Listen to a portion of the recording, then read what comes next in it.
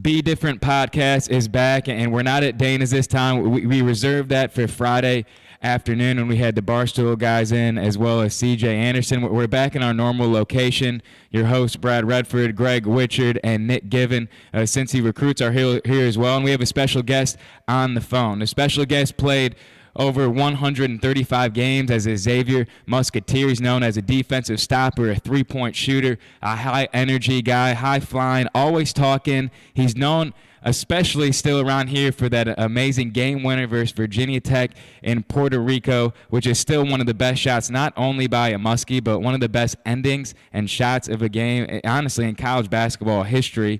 Hudson triggers into Thorns. 3 guards on the floor for the Hokies.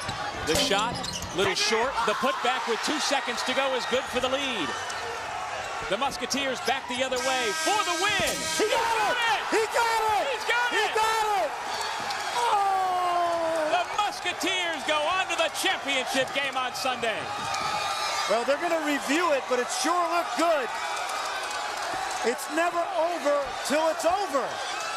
Took the Xavier Musketeers to the Elite Eight as well as the Sweet 16 as a player. We have him on the phone right now. He's a college basketball coach. He's recruiting on the road. This guy is a tireless worker. And if you haven't figured it out already, we're talking about Dante Jackson. Dante Jackson, welcome to the Be Different podcast. Brad, thanks for having me, man. I don't know where you found all those nice things to say about me, but I really appreciate it.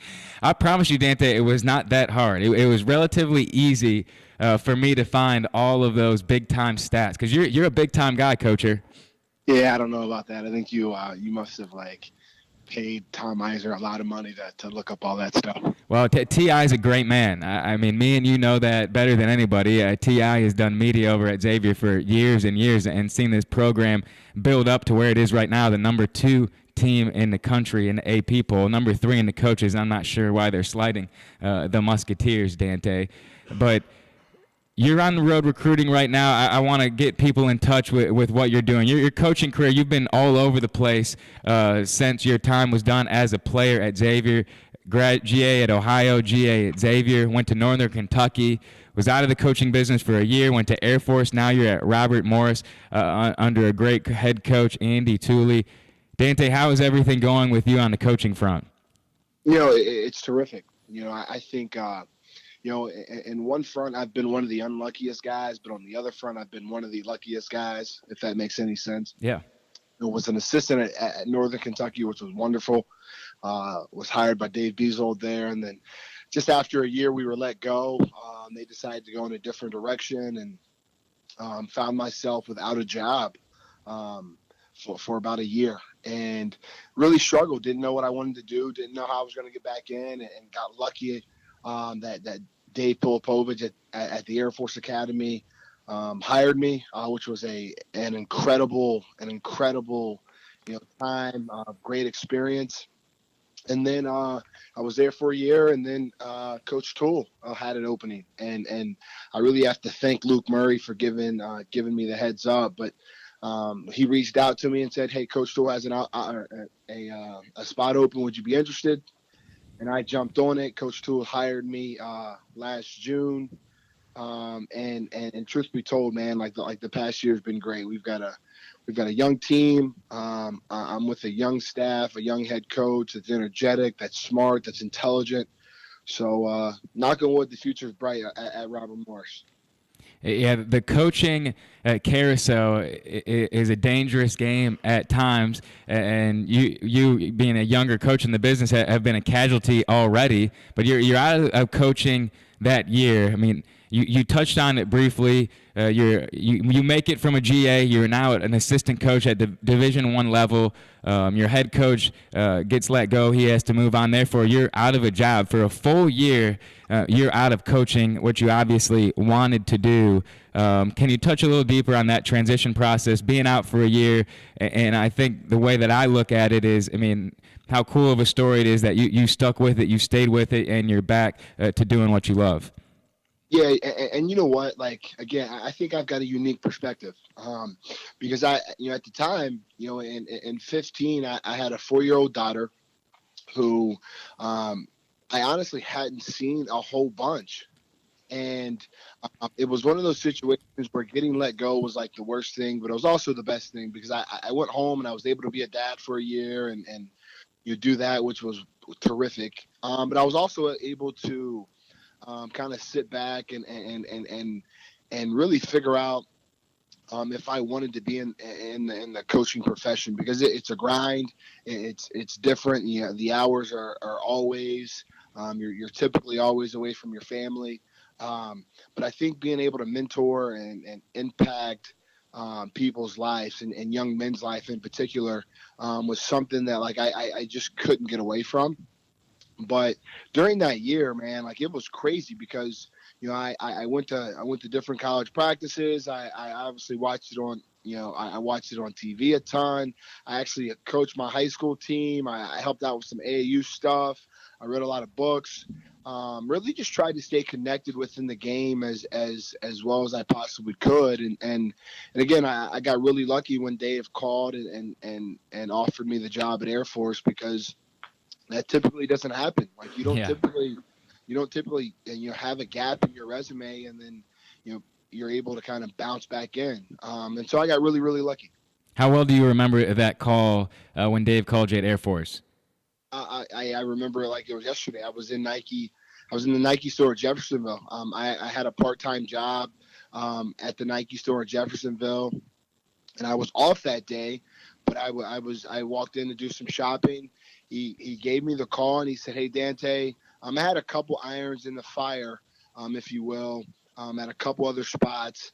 And he called and he said, "Listen, I'm not going to let you go to any other place. You know, I want to hire you here. I want you here. I think you'd be a great addition to our staff." And he said, "All you have to do is say yes." And That's I said, awesome.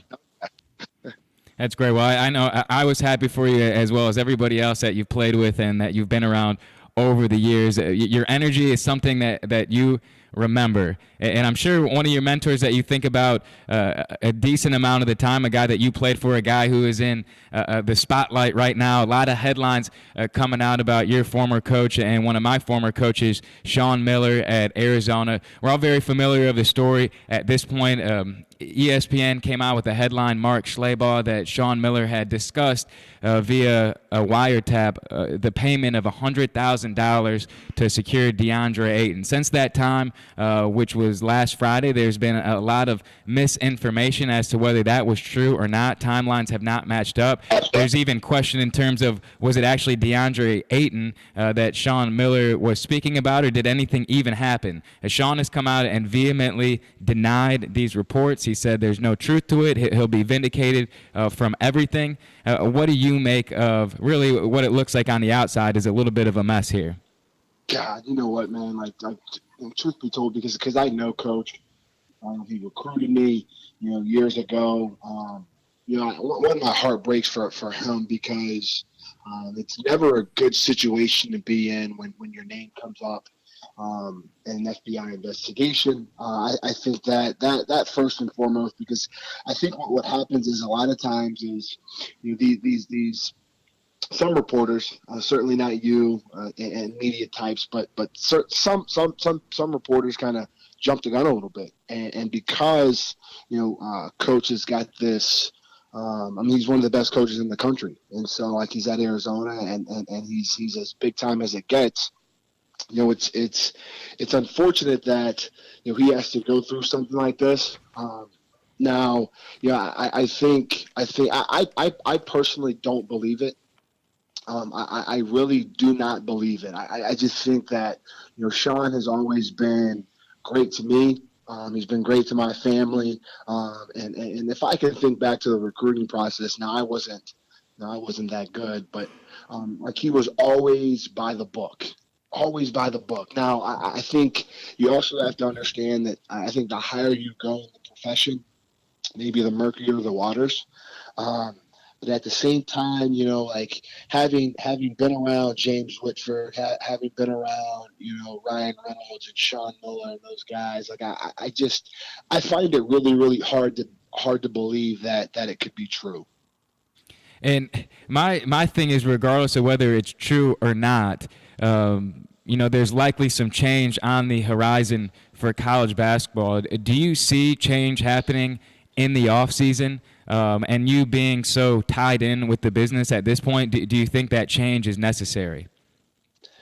You know what? To me, it's a hard question to answer for me because, at the level that I'm at, I don't see a lot changing at all.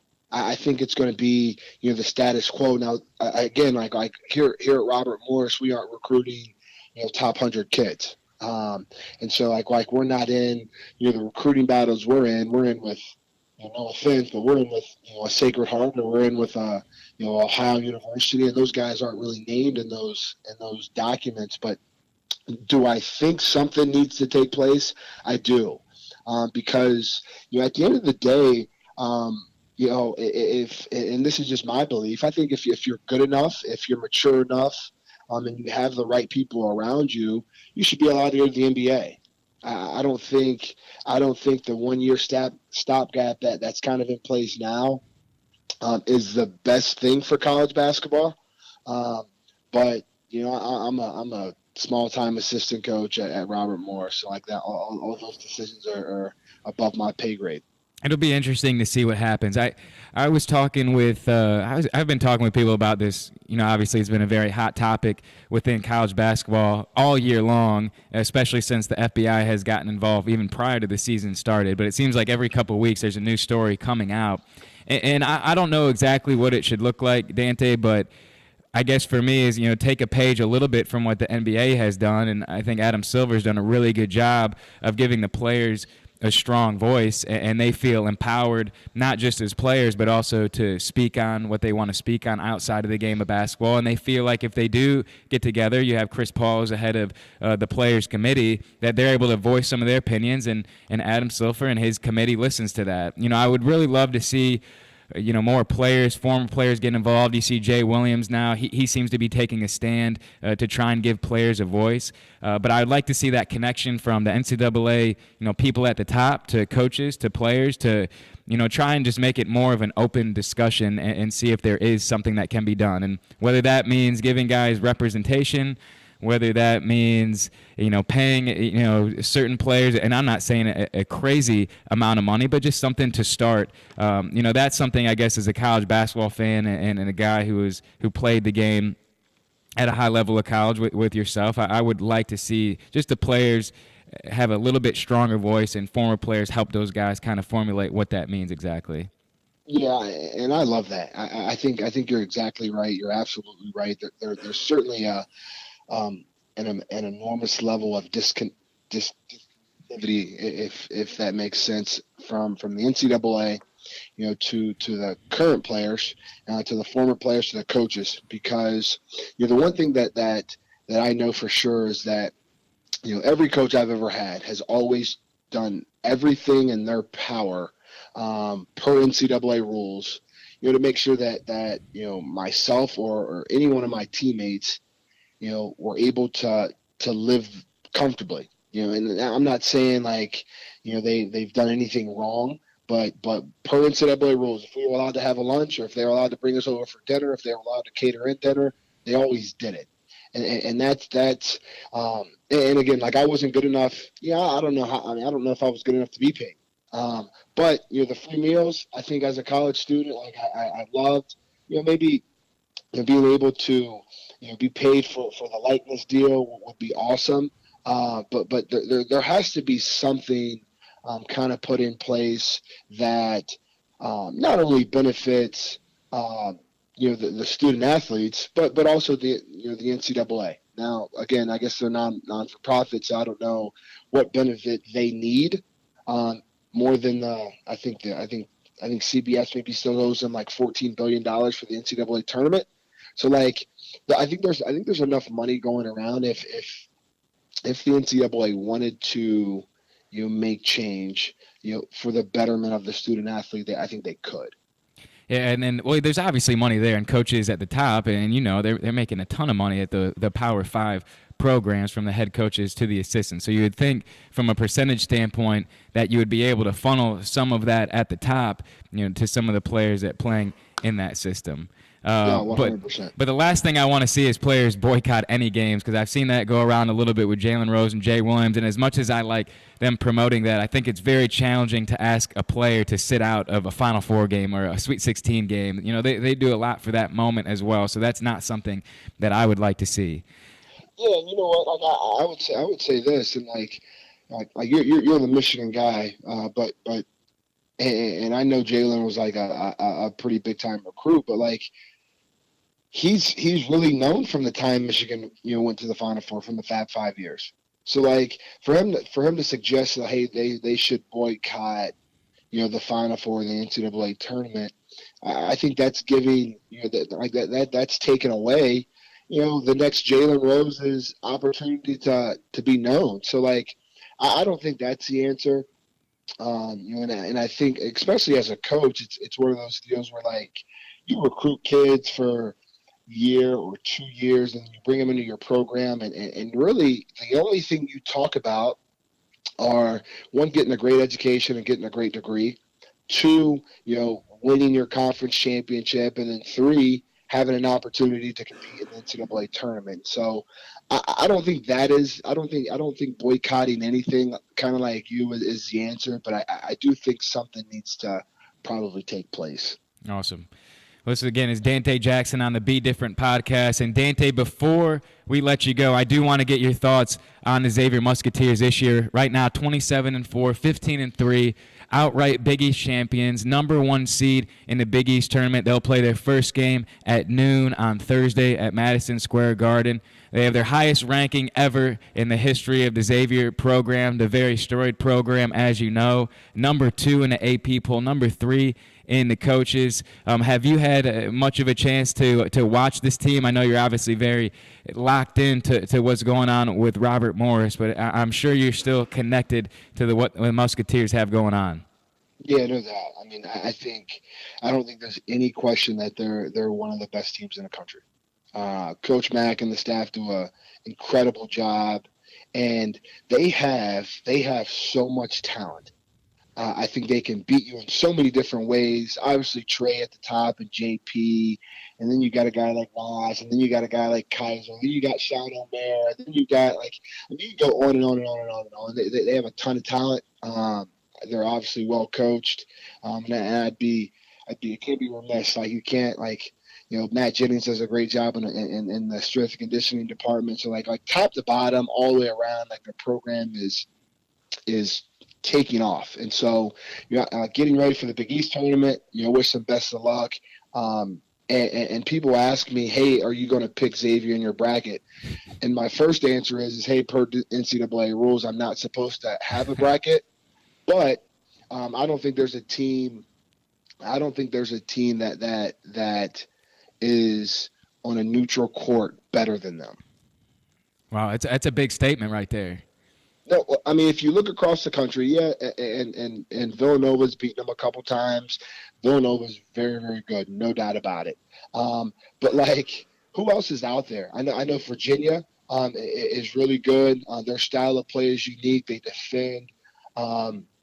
And then who do you got? Obviously, I mean, you've got Michigan State. Well, I would take a look at Duke just from a talent standpoint. I know they're young. Talent equals up. I would agree with you there. But they don't guard anybody, and I think the one thing the one of many things Xavier does is that they play offense. They can score with anybody. Yes, the Xavier team is looking good. We talked to Andy Mack earlier. He is in New York at Madison Square Garden. He'll be there for the tournament. And Coacher, can I put on your coaching hat for a second here? Am I allowed to do that? Yeah, absolutely. Why not? What I would like to do, and I think our listeners would like to hear as well, is could we get a pregame talk from Dante Jackson, whether it's Robert Morris, Xavier Musketeers, going into a big game. Let's take the Xavier Musketeers going into an Elite Eight game in the locker room, playing the 2 seed Michigan State in Omaha. Could very well happen about 2 to 3 weeks from now. I would love to hear a Dante Jackson clip on what that may sound like, because if I know, and I know better than anybody, that you're a man that can bring it, you're a guy that can communicate to his guys and get them excited. Coach, I want to put on your hat here for a second, and I'm just going to give you the floor and let you go here, and then I'll probably sign you off. Oh, I love it. Well, listen, fellas, listen. We're playing a game that our program that when we recruited you, we told you that you were going to have an opportunity to bust the glass ceiling. You know, today you are 40 minutes away from busting that glass ceiling. And what's really remarkable about our situation is that we don't have to be any different than we have been all year. We have to be great teammates. We have to be coachable. We have to play the hardest. We have to make the extra pass. We have to be the best version of Xavier that we've been all year. You know, we're not playing the Warriors. We're not playing the Cavs. We're playing Michigan State. We compete for 40 minutes, right? We have a strong togetherness, and we share the basketball. We defend without fouling. We're gonna bust the glass ceiling. And your guys' name, this particular team, Team 96, will forever be remembered in Xavier University. Like, today is an opportunity for you to submit your legacy. Go play hard, go play together, go play to win. I love that. Dante, that was fantastic. I'm fired up. I got my shoes on right now. I'm in the locker room. We're going in a huddle, and I'm jumping out in Omaha to play for the Final Four. Dante, we appreciate you joining the Be Different podcast.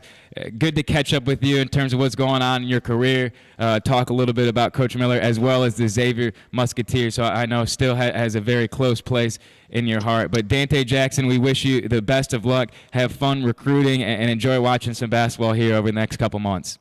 Thanks, man. I'll see you soon, okay? All right. See you, Dante. Later.